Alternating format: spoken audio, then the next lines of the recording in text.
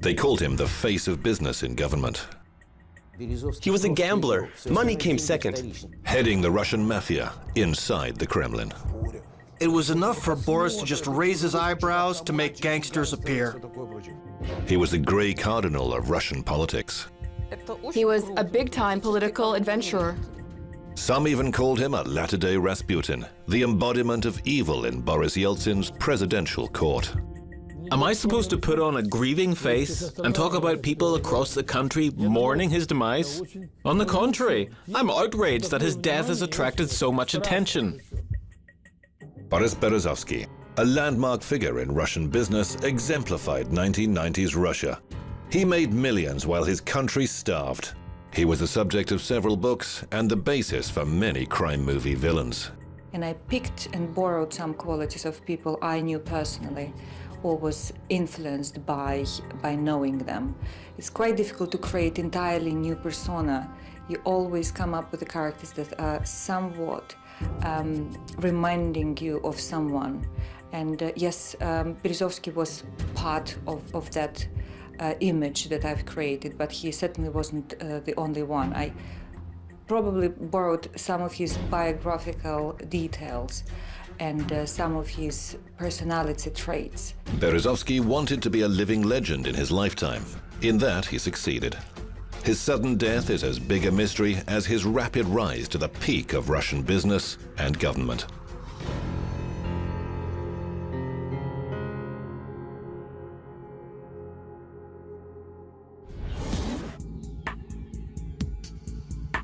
The English town of Ascot, 40 kilometers from London, has a population of about 18,000. It's famous for horse races frequented by the country's elite. Now it has a new claim to fame. It's where Boris Berezovsky spent his final years before a mysterious death.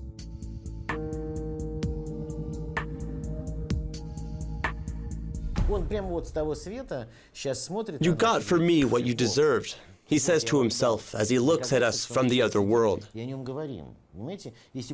he had died in poverty at the age of 80, seated in a rocking chair, the British social system would have just sent a nurse to care for him.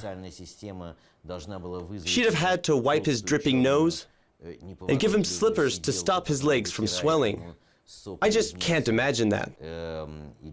He was destined to die before that, and that's what he did. He did it elegantly and nicely, using a silk scarf. The well-known Russian lawyer of French descent, Alexander Litvinenko, has long been defending the interests of Russian oligarchs. There was a time when he was on good terms with Berezovsky. In a bid to turn business into power, the wealthy entrepreneur asked Litvinenko to be his lawyer, but the invitation was declined. I don't like crazy people. He was obsessed with the idea. You never knew how the tale would work out in the end. You always have to work with crazy people. But when one of them is obsessed with politics, it's hard to work with them. Politics and me are completely different things. Later, Berezovsky was equally insistent in calling on Litvinenko to join the opposition, but failed again. The sinister Rasputin of the 90s was now the target of derision and jokes. Nobody took him seriously anymore. Alexander Litvinenko doesn't believe Berezovsky was murdered by special services. What would have been the point of killing him? He had long since ceased to be a threat. An incredible number of people might say that security agents, Jews, Britons, Americans, or Irishmen got into the bathroom through the lavatory by dissolving into a molecular state and then rematerializing as James Bond and silenced Berezovsky with a scarf, but not before saying to him, "Relax, Boris, we're going to strangle you." After that, they again reduced to molecules and went down the lavatory with the sewage later to emerge in the Kremlin. Shortly before his death, Berezovsky wrote a penitential letter to Vladimir Putin, asking for criminal cases against him to be dropped and to be allowed to return home. Sergei Sokolov, former head of Atol Security, believes that Berezovsky might have promised to hand over secret files on certain officials and businessmen in return for a pardon. He understood only too well that just saying, "Forgive me, Vladimir, I won't do it again," wouldn't be enough. I'm almost certain that he would only expect a pardon in exchange for something. Otherwise, he wouldn't have written the letter. I assume the information is a severe threat to several Russian entrepreneurs.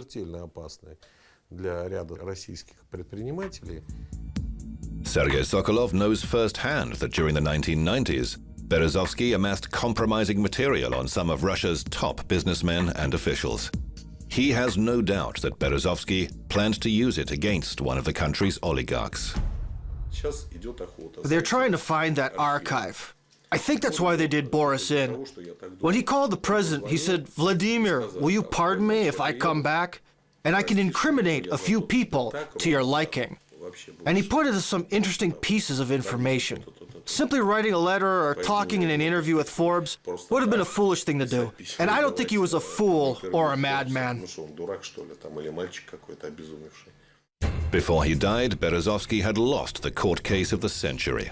One Russian oligarch, Berezovsky, demanded that another, Abramovich, pay him £5 billion owed from a deal with the oil company Sibneft. Berezovsky, however, was unable to produce any evidence that Abramovich had pocketed money that didn't belong to him. In those times, deals were sealed with handshakes rather than signatures. That's how business worked in 1990s Russia. Fortunes were being made in months or even weeks. But Berezovsky's meteoric rise outstripped everybody. His lifestyle was a bit like a nuclear reactor. In fact, he was a nuclear reactor constantly generating and spewing out excess energy. And of course, no one, despite how healthy a person is, can live like that for a long time. And then comes the apathy. Berezovsky was the orchestra conductor and the center of the universe. He wanted to be the focus of everybody's attention. He wanted to be talked and written about, even if it was derogatory. He said there's no black or white PR, there's only PR. In the Soviet Union, Berezovsky's career path was typical. He started as a junior researcher and went all the way to a PhD in mathematics and laboratory head at the Academy of Sciences. When the free market finally opened up, he was over 40 years of age. Berezovsky threw himself into business as though making up for lost time. He soon ceased to be a mere speculator and became a key business figure in the country. His last TV interview was for a Ukrainian channel. I never considered money to be of paramount importance. When I went into politics, I was ready to spend any amount of money to achieve political goals. I am often asked if I regret spending 50 million in Ukraine. To that I say, that was the most effective business project in my life. I invested in the Orange Revolution. He proposed a new economy car and raised millions of dollars in Russia to build it. When no such car appeared, he claimed the project had been scrapped for lack of funds. Not uncommon in the 90s, but investors who'd lost out would get their revenge. Berezovsky was later sentenced in his absence to 13 years for stealing 140 million rubles. He made all of his money by sticking to the one rule that he set for himself in the 90s: stay close to the authorities. That made it possible for him to plunder Aeroflot, make money from Avtovaz and the Chechen War, and do what he liked under the umbrella of his friendship with the family and Yeltsin's inner circle. In the mid-1990s, Berezovsky's company, Logovaz, already controlled almost the entire Russian motor industry. But still he wanted more. Only close links with the highest authorities could bring in the really big money. He invited Yeltsin's officials and even members of his family to a Logovaz reception, where he showered them with lavish gifts. He found a weak link to Boris Yeltsin, the president's younger daughter, Tatiana. She had been married several times. She was enchanted by Berezovsky. So was Yeltsin's wife, Naina, who heard many good things about the entrepreneur from her daughter. Both were frequent guests at Logovaz, where a French chef served sumptuous food. Then the relationship simplified. Gifts and money, money and gifts, nothing else. A turning point came on June the 7th, 1994, when Berezovsky's limousine was blown up. The driver died instantly, decapitated by the blast. The target's bodyguards and several innocent bystanders sustained serious injuries. Miraculously, Berezovsky himself escaped unharmed. Yep. I thought I'd be burned alive if I stayed in the car, but if I got out, they'd shoot me. My driver died, but in fact he saved my life, because as usual, he'd forgotten to lock the door. I just opened it and got out. It was an incredible sensation. It's not even like being reborn. It's a sense of purity. What's happened before is of no importance. All your problems are unimportant. You have an airy feeling, overwhelming.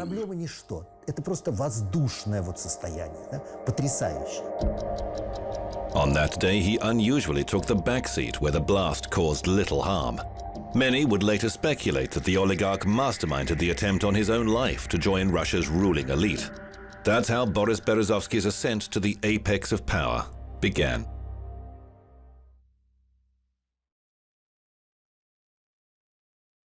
The murder attempt provided Berezovsky with a ticket to the presidential club, a small circle of the highest officials associated to Yeltsin and his family. They met only a few times, and Berezovsky's role was that of martyr, suffering for the ideals of entrepreneurship. He was a laughingstock after the car bomb. That was the first time he appeared among the elite in the early 90s. We even nicknamed him Smokey. They were all glamorous people, and suddenly they see a man with burnt hairs on his bald head and a bandaged face. This way he takes advantage of the opportunity to attract attention, be heard, and take another step forward in his career. At first, Berezovsky had no real power. He set himself a different task. He simply wanted to be seen among the president's inner circle as often as he could, to impress on all that he was welcome at the highest levels. He was very funny.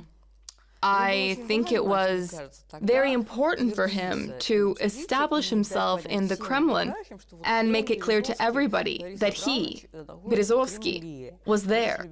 He was fond of making phone calls from the Kremlin. He would say that he was calling from the waiting room of this official or that official. He felt it was very important for him to see the official in question after sitting in the waiting room for a long time, but getting no concrete decision from him. He liked it. The inner circle created his image. They would say, Boris just has to raise his eyebrow, and the gunmen and the gangsters are all going to show up instantly. Look at him. This is Berezovsky, they'd exclaim. But actually, Berezovsky was a completely different person. At around the same time, Berezovsky was often seen in Georgia with another eccentric multimillionaire, Badri Paterkatsishvili. With a Caucasian-style moustache, a handsome face, and a liking for flashy ties, they were to share business, friendship, and a fondness for eccentricity and self-promotion. I remember him sitting in my waiting room for hours on end. He'd walk in timidly, holding his hands like this. When he brought Badri to me for the first time, he made a better impression. He appeared more humane and looked kinder. I found out later that he'd been up to his ears in crime. It was Badri who did the dirty work that the duo was responsible for. Paterkatsishvili would die just as suddenly as Berezovsky, of a heart attack. His funeral would be attended by almost half of Tbilisi's population, parliamentarians, politicians, and even former President Shevardnadze. Berezovsky would not pay his last respects to his friend. He feared he could be arrested. Badri's death was a terrible blow to Berezovsky. In the 90s, they had together moved from being ordinary businessmen to becoming rulers of destiny. His death came as a complete surprise to everyone. He left his office in the evening, and somebody called me at 2 a.m. to tell me that Badri was no more. I usually control myself in any situation, but on that occasion I cursed the secretary who told me the news. I said every word I knew. I couldn't believe it. It turned out after the funeral that Berezovsky had given all his assets to Paterkatsishvili. He would not be able to get them back after Badri's death because their contract had been sealed with a mere handshake. He also lost financial support after Badri's death. It turned out that Berezovsky was left with no money because Badri had hidden it somewhere, but nobody knew exactly where. On top of that, all his assets were seized, and because he'd lost a good deal of money, he could no longer afford to fund his activities. When Patrikasishvili was alive, he influenced Georgian politics with his Imedi TV channel. Berezovsky also gained political weight by controlling several Russian TV broadcasters and the country's most successful publishing house, Kommersant. Obviously, Berezovsky wasn't a human rights campaigner or a Helsinki Committee activist. He often used the media as an instrument for political competition. But he knew how far he could push journalists. He knew the boundary between truth and semi-truth, as well as the difference between half-truths and undisguised lies. He was also linked with two high-profile murders. One was Vlad Listyev, a TV anchor adored by the public. He had plans to reshape the TV advertising market. The other was Paul Khlebnikov, chief editor of Forbes in Russia. He had written about underhand financial dealings, but there was no proof that Berezovsky was involved. I have no doubt that he fled the country because he feared prosecution, not political persecution, as he once said. Putin's declared principle that oligarchs should be kept at a distance from the authorities disabled the mechanism that he made possible for himself to make money by maintaining close links with the government. Berezovsky played a key role in Boris Yeltsin's re-election in 1996 by using his media assets. After that, he became a leading figure in the president's inner circle. Politics and Boris Yeltsin really occupy my thoughts equally.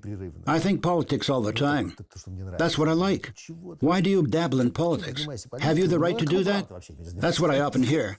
The simple answer is that you can't imagine how much I love it. Berezovsky had now gained considerable power, and Boris Yeltsin needed both financial and media support for the election. Confronted with a conflict between business and special services, Yeltsin felt he had to fire his own chief bodyguard, who had openly been involved in a disagreement with Berezovsky and other oligarchs. On June 20, 1996, I left the Kremlin. I took no part in further events. Whoever praised Berezovsky should think about repenting their own sins. I've never been like that. I didn't raise him so high. I once said I'd lived long enough to see the end of him and a few others. So far, he's the only one who's gone.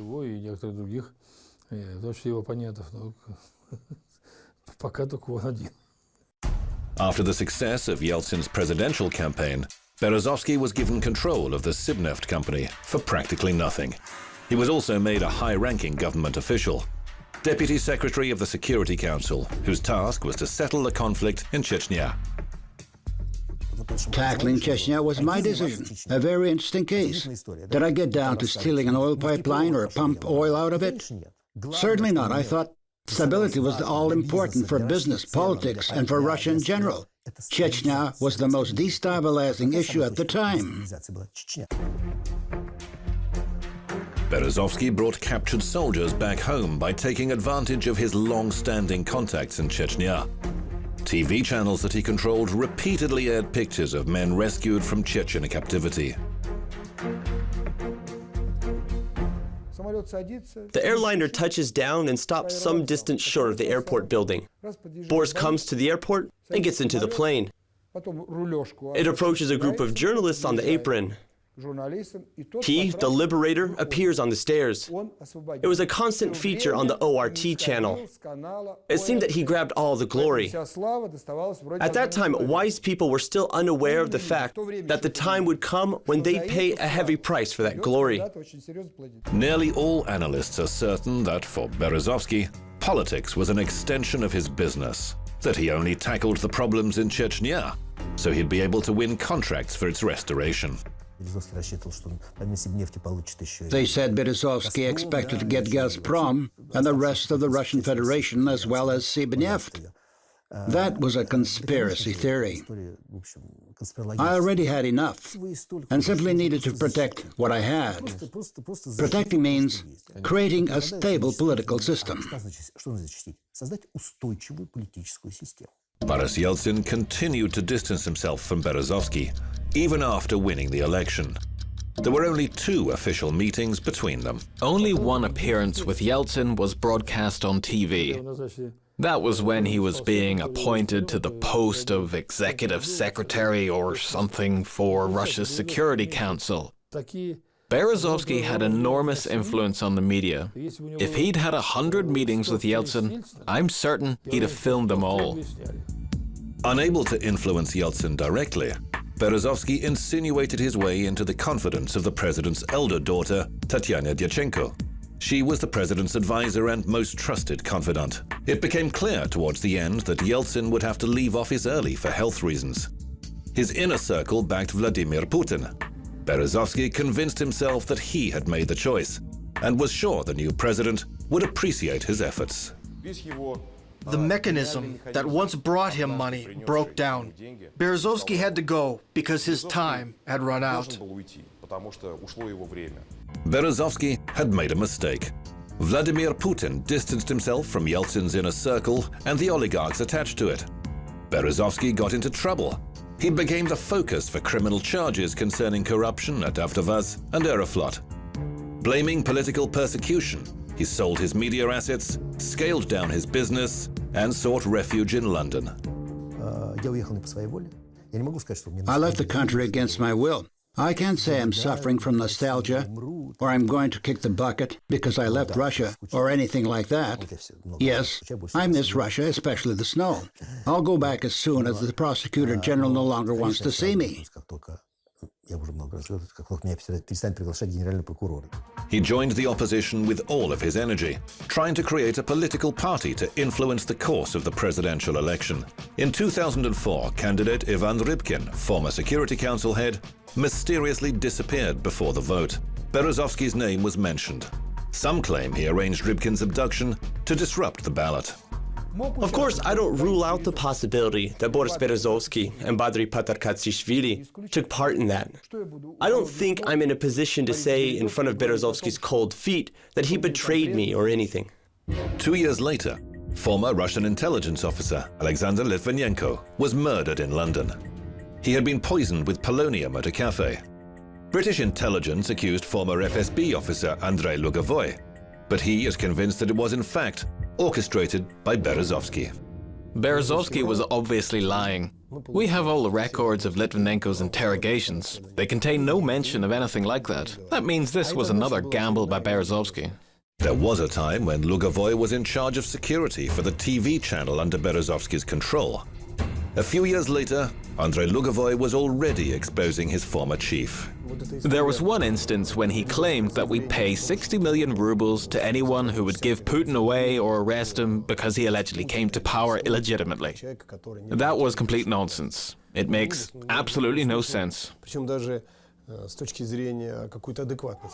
Over time, Berezovsky, the oppositionist, became the butt of many jokes. His calls for the violent seizure of power in Russia even prompted the British authorities to issue a warning that his political asylum status could be reviewed. I last met him 6 or 7 years ago at Sotheby's in London. He grabbed my lapel. "Tell me, Alexander," he said, "am I still the country's principal demon? Am I still being demonized?" And this is what I said to him. "I'll say whatever you want to hear. Say yes, I'm guilty. You are guilty, I say." "Great," he says, and he walked off to buy some garish pictures. Berezovsky was losing everything. Divorcing his second wife Galina cost him £200 million. His failed court case against Abramovich cost even more, in money and reputation. Most of his fortune remains with the Patarkatsishvili family. Berezovsky sold major assets for much less than their market value. He also had to cut down service and security staff. People who saw Berezovsky in the months before his death said that he was taking antidepressants. He did smoke before, but not much. Then at one point he started smoking 2 packs a day and drinking heavily. His personality began to split. He would say one thing in the morning, but it would be something different at lunchtime or in the evening. Several times in November, he said that he'd lost the meaning of life and realized that he'd made many mistakes. Berezovsky's death marked the end of an era, when in Russia crime and business were synonymous, when money opened any door and even bought access to the president. In today's Russia, Berezovsky's tactics would no longer work, and at the end of his life he knew there was no way back for him.